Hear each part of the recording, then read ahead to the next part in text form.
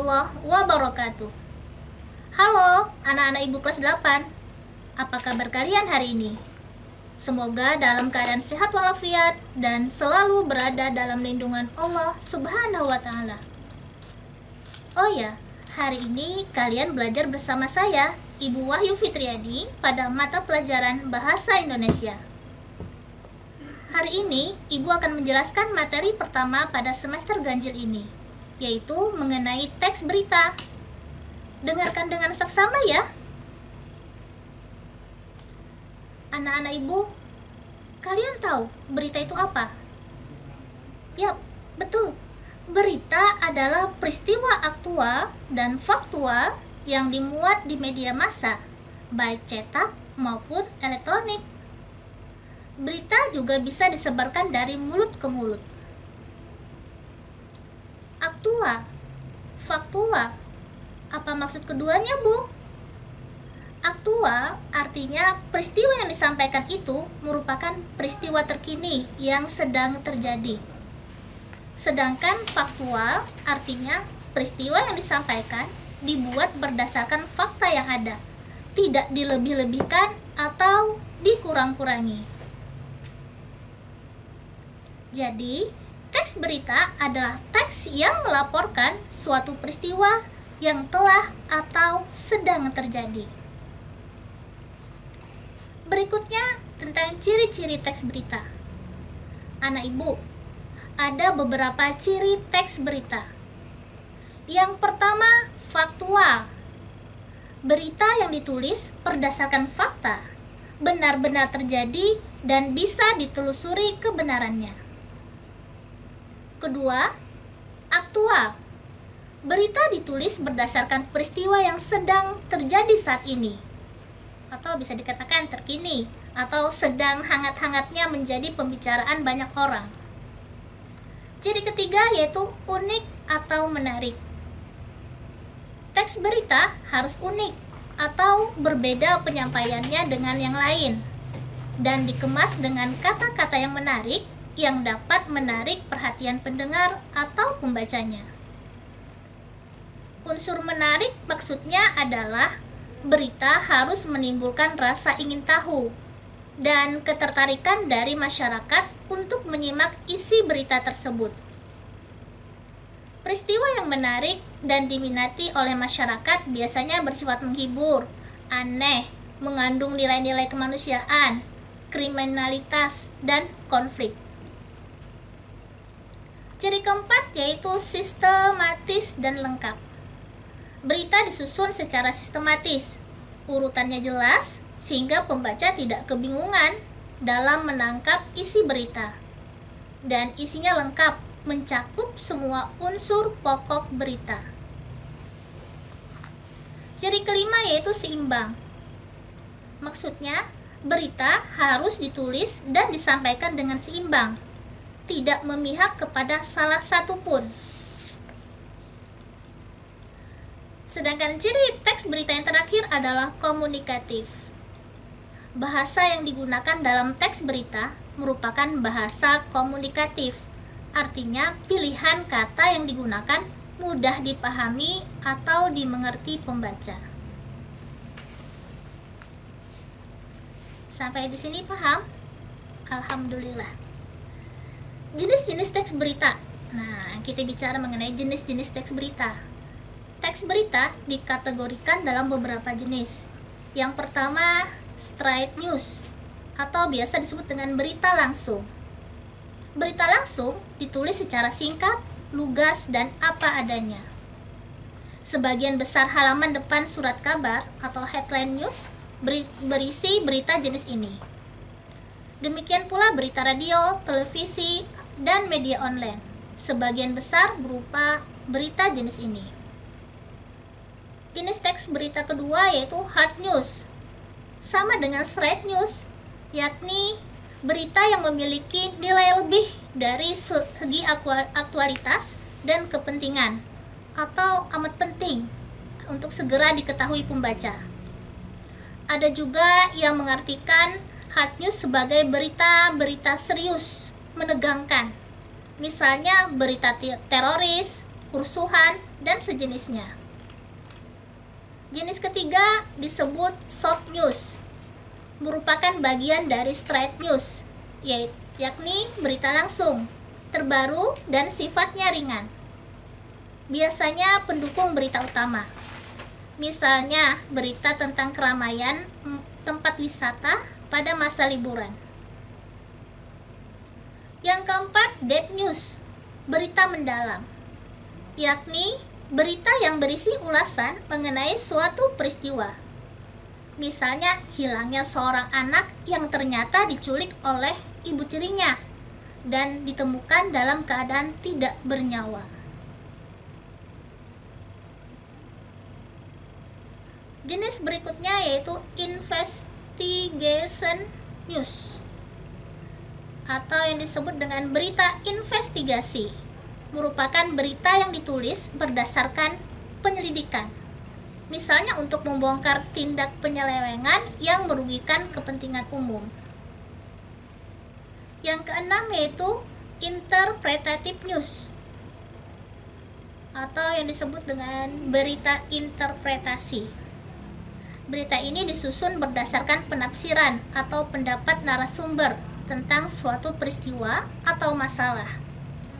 Ada satu peristiwa, lalu wartawan mengembangkannya dengan mewawancarai pengamat atau narasumber lain yang kompeten. Misalnya, dampak COVID-19 terhadap jumlah PHK di Indonesia. Yang ketujuh, opinions news, atau berita opini, merupakan berita yang berisi opini tentang suatu peristiwa hangat yang sedang terjadi. Misalnya berita mengenai dampak kebijakan pemerintah mengenai karantina wilayah, lockdown. Anak-anak yang ibu sayangi, pada dasarnya informasi yang disajikan melalui teks berita berbeda dengan informasi yang disajikan melalui teks lainnya. Berita memiliki karakter khusus yang tergambar melalui unsur-unsurnya.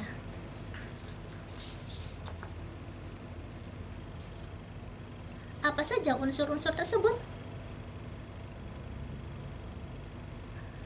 Yuk, dengarkan ibu. Berita yang baik adalah berita yang memiliki 6 unsur yang dikenal dengan 5W plus 1H. Apa saja? Ya, what, who, where, when, why, dan how. Keenam unsur ini adalah pertanyaan yang dijawab dan dijelaskan dalam berita. Dalam bahasa Indonesia, pertanyaan itu juga disingkat dengan adik Simba. Apa? Di mana? Kapan? Siapa? Mengapa? Dan bagaimana? Apa digunakan untuk menanyakan peristiwa yang menjadi inti berita? Di mana digunakan untuk menanyakan lokasi peristiwa terjadi? Kapan digunakan untuk menanyakan waktu peristiwa terjadi? Siapa digunakan untuk menanyakan pihak yang terlibat dalam peristiwa itu? Mengapa digunakan untuk menanyakan alasan peristiwa itu terjadi? Sedangkan bagaimana digunakan untuk menanyakan proses terjadinya peristiwa. Lalu, bagaimana sih sistematikanya sebuah berita? Sebuah berita disusun dalam bentuk piramida terbalik agar space atau ruang dalam halaman yang disediakan tercukupi. Disusun terbalik agar editor tahu derajat informasi berita tersebut dan tidak mengalami kesalahan ketika membuang bagian berita. Apa saja bagian dari piramida tersebut? Bagian atas merupakan bagian judul. Judul sebuah berita harus dibuat semenarik mungkin agar pembaca tertarik dan mau membaca dan mendengar berita tersebut. Judul juga menjadi gambaran isi dari berita. Bagian kedua dinamakan lead atau teras berita. Lead merupakan paragraf pertama dan bagian terpenting dari sebuah berita. Dalam lead minimal mengandung 4 unsur, yaitu what, who, when, dan where. Bagian ketiga namanya body atau tubuh berita. Memuat fakta atau informasi, penambah atau pelengkap keterangan. Unsur pokok berita dalam bagian ketiga ini yaitu how dan why. Bagian terakhir dinamakan ekor berita. Berbagai data tidak terlalu penting ditempatkan di sini. Anak ibu, agar kalian paham mengenai unsur-unsur pokok berita, yuk dengarkan kutipan teks berita yang ibu bacakan. 5 orang siswa SMPK Sin Gabriel Larantuka berhasil menyabet medali pada ajang Big Bay Cup Matematika Olimpik tingkat internasional yang diadakan pada Desember 2019 lalu. Kemenangan tersebut dikabarkan oleh Kepala SMPK Sin Gabriel Larantuka, Sir M. Verena, kepada poskupang.com 6 Januari 2020 di SMPK Sin Gabriel Larantuka. Anak ibu, kira-kira unsur pokok berita apa saja yang bisa kita temukan pada kutipan tadi? Bu tunggu ya.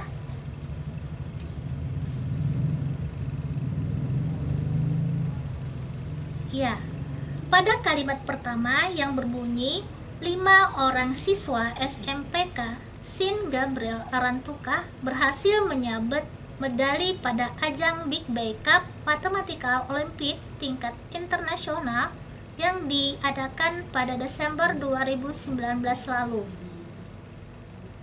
Kalau kita lihat, kita dengar menandakan peristiwa yang telah terjadi. Betul? Berarti kalimat pertama kutipan berita tadi merupakan jawaban atas pertanyaan apa.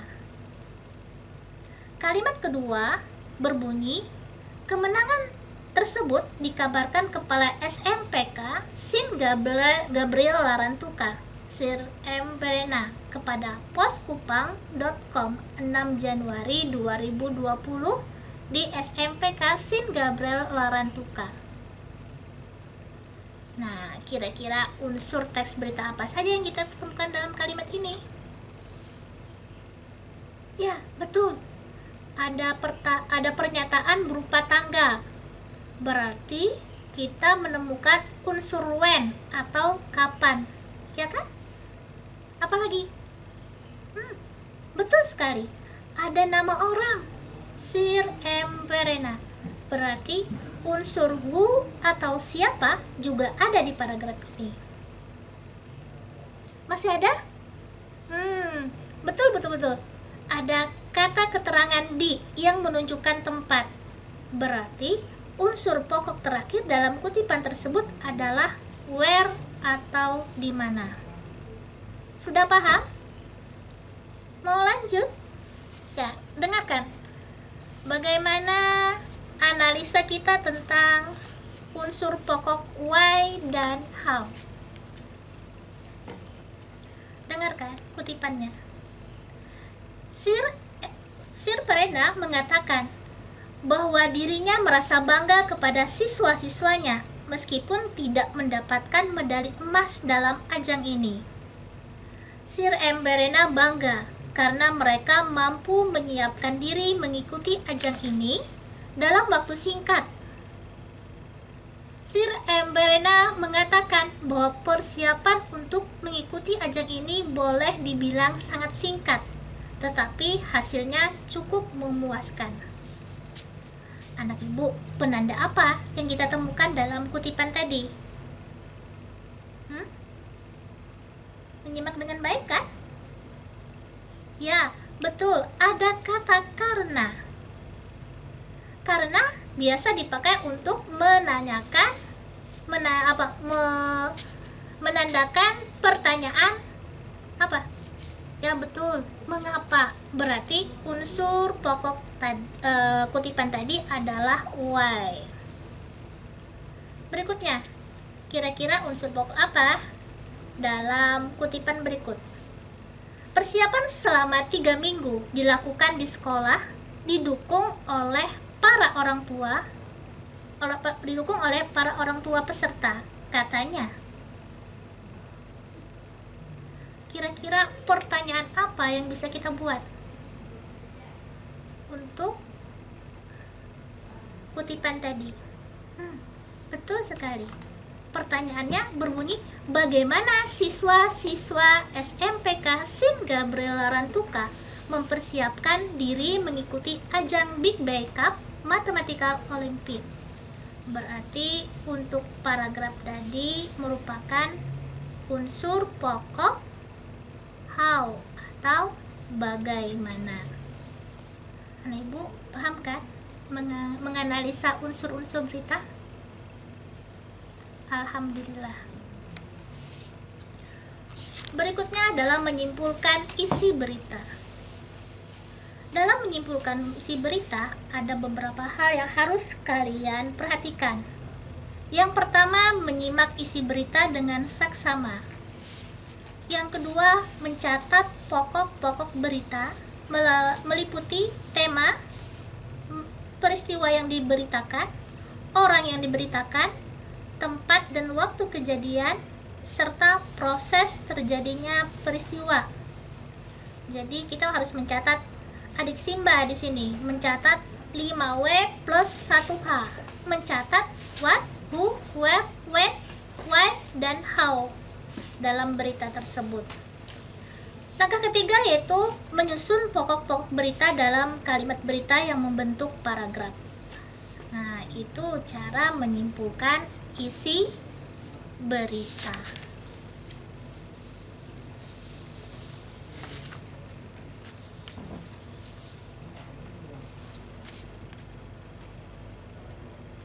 Lalu bagaimana memberikan tanggapan terhadap sebuah berita? Memberikan tanggapan terhadap sebuah berita bisa dengan memperhatikan isi atau unsur berita. Terdiri atas kebenaran dan kelengkapan isi berita. Yang kedua, bahasa berita.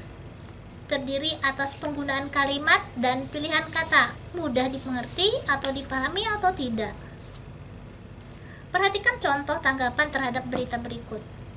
Yang pertama, A. Isi berita yang saya dengarkan di televisi sangat jelas. Bahkan informasinya lebih lengkap daripada berita yang saya dengarkan sebelumnya di radio. Yang kedua, bahasa yang digunakan pembawa berita dalam menyampaikan berita cukup jelas, sehingga pendengar berita mudah memahami informasi yang disampaikan. Contoh tanggapan ketiga, bahasa yang digunakan dalam menulis berita tersebut kurang efektif dan berbelit-belit, sehingga pembaca berita kesulitan memahami isi berita. Nah, itu cara menanggapi sebuah berita. Bisa dilihat dari segi isi ataupun dari segi bahasa. Yang ketiga, bagaimana menyampaikan sebuah berita. Ini tugas kita ya. Nanti menyampaikan berita itu dengan bisa menyampaikan berita tidak perlu menghafalkan semua isi berita. Yang penting pian memahami unsur-unsur berita tersebut dan menceritakannya dengan kata-kata kamu sendiri. Jadi pemahaman unsur-unsur berita sangat penting untuk menceritakan kembali isi berita tersebut. Berita tersebut dapat disampaikan secara benar dan ringkas jika kamu memahami unsur-unsur berita. Anak-anak Ibu, demikian pemahaman dasar mengenai teks berita yang harus kalian kuasai. Terima kasih atas perhatian kalian. Ingat, terus jaga kesehatan, semangat menjalankan social distancing. Semoga pandemi COVID-19 segera berakhir dan pembelajaran kembali normal. Tetap semangat anak-anakku, kalian adalah harapan bangsa yang akan membawa masa depan gemilang untuk negeri ini. Wassalamualaikum warahmatullahi wabarakatuh.